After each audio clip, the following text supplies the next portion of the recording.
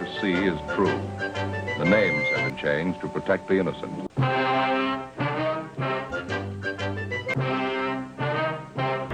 Every protest that we've been at has been completely peaceful and very informative, and we've never, ever incited an act of violence against the Church of Scientology. And why then do Anonymous wear a mask when they protest?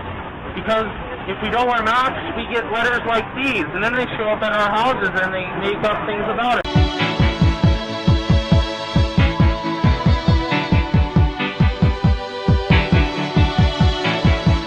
Such as bomb threats, and they make up slanderous pieces of paper against us.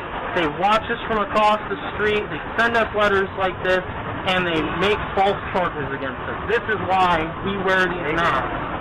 Members of Anonymous, I urge you, this is the reason why we're doing this. Because people have to suffer through things like this. Our very own privacy is being breached by this cult. And I swear that this intimidation is not enough to make me stand down. I will stand here firmly, and I will continue to exercise my right of freedom of speech. Hello, fellow nuns. Can you explain to me what happened? Well, this is Samakar, as you know.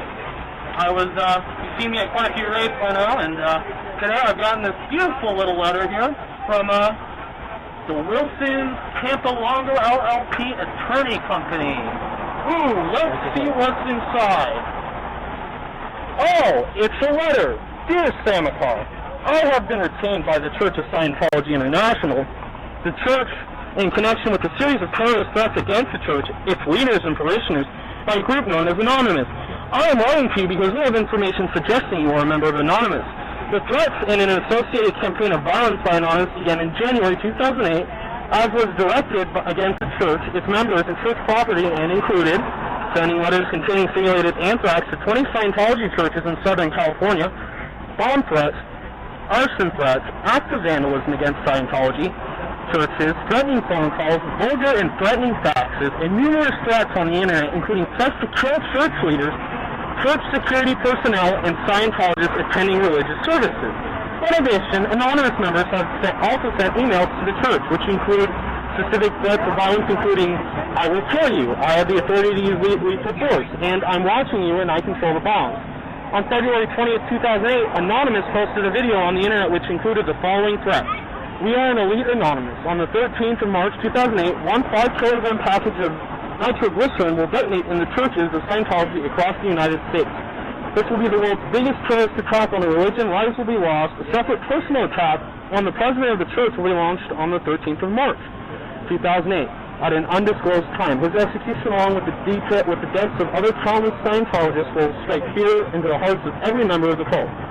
These acts are in violation of various federal, state, and local criminal statutes. They also give rise to the church's right to seek damages and injunctive relief in the appropriate courts. The church recognizes every individual's right to speak and associate freely. That right, however, is not a license to engage in or incite others to commit illegal and violent acts. If you have knowingly participated in illegal activities associated with Anonymous, you must immediately cease those activities. The church is prepared to take the appropriate action, including referring the individuals involved to the appropriate authorities. Very truly yours, Wilson Campolongo LLP, Andrew H. Wilson. Cool, so let me ask you a question. Do you have any idea how they found your address? I have no clue. The only way that I could think is that they stalked me to my home. Because up until this point, even my car that is registered underneath my name is registered in a city that is 8 hours north from here. I don't know how they got my mailing address and my apartment number. This segment is about following your subject while performing mobile surveillance. How do you feel about the fact that apparently Scientology stalked you in order to send you this letter?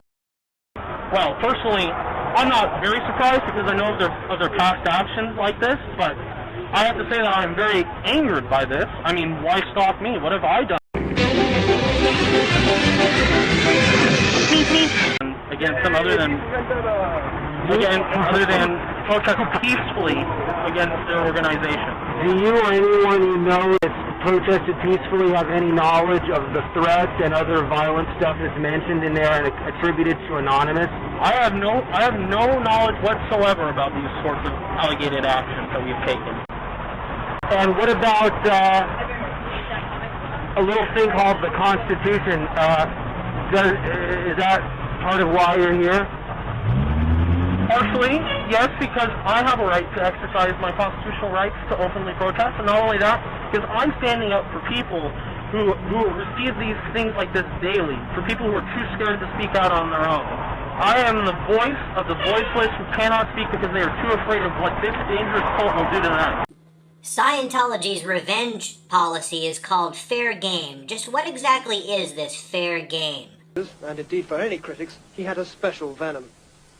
The law can be used very easily to harass, and enough harassment on somebody will generally be sufficient to cause his professional decease. If possible, of course, ruin him utterly. In another directive, Hubbard orders cult members to stamp out opposition by discrediting and destroying the critic's reputation. Hubbard branded Scientology critics suppressive persons. He said they were fair game, and therefore Maybe deprived of property or injured by any means by any Scientologist without any discipline of the Scientologist. Maybe tricked, sued, or lied to, or destroyed. Have you done research on the policy of disconnection? Could you discuss it briefly? Oh yes, disconnection, I've done a lot of research into it. The policy of disconnection is if your family member or your friend is not associated with the church in any way or has any doubts or criticisms about it, if you cannot turn them to you, then you must disconnect from them completely. You're not allowed to speak with them or see them or interact with them ever again. Any organization that excludes or ejects people who dissent winds up with a collection of obsessively compliant robots. All hope of creative thought is gone, because anybody who gets up and disagrees is expelled. And anybody who talks to them is expelled.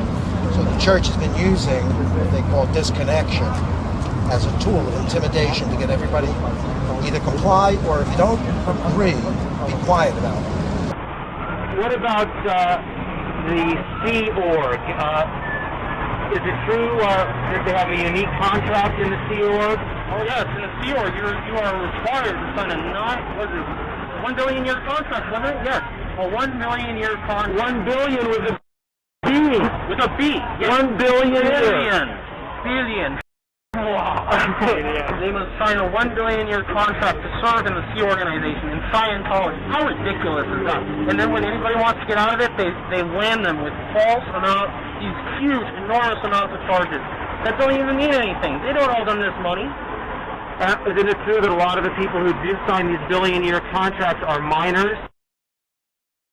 Yes, that is very true. And then they were put through very, very poor working conditions and living conditions, and are forced to work somewhere between 16 to 20-hour weeks, days, with little to no pay at the end of the week, which can range up to maybe $10 or $15. Why do they call it the Sea Org? They call it the Sea Organization because it's their private navy. It's their own land-based navy. It's like their own personal army. They keep it. They're like the elite of Scientology. They're the ones that they keep nice and close. When is the next protest that's going to be happening with Anonymous and the Church of Scientology? Our next big protest is June 14th, guys, and I expect to see all of you there. Because if you're not there, you guys don't get any cake. I don't think it's cake. And you guys want cake, right? And mud kits. That's right. To be honest, I think most of us got into it for the exact same reason I'm here. We're speaking out for the voiceless, and we're speaking out against the dangerous cult that's actually committing terrorism on our own soil, and we're ignoring it. And I believe that we're also out here to fight for our freedom of speech and for our own human rights. See, totally, we are filming out in front of the lovely, lovely Scientology Testing Center on Hollywood and Highland Boulevard. That's me first. Alright, Anonymous. Did you get that green Get out sign? there. Get out there. Protest.